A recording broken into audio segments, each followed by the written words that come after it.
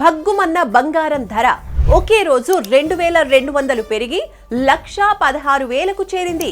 ఇది ఇంతవరకు మనం చూడనిది, చూస్తామని అనుకోనిది.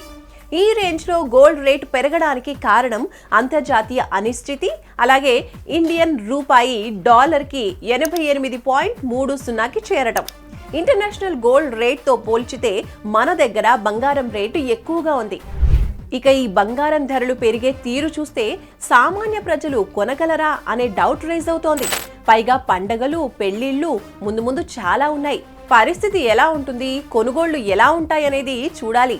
అయితే ఇదే బంగారం ధర తాకట్టు పెట్టి అప్పులు, లోన్స్ తీసుకుని వడ్డీలు కట్టే వాళ్ళకి మాత్రం లక్కీ అనే చెప్పొచ్చు.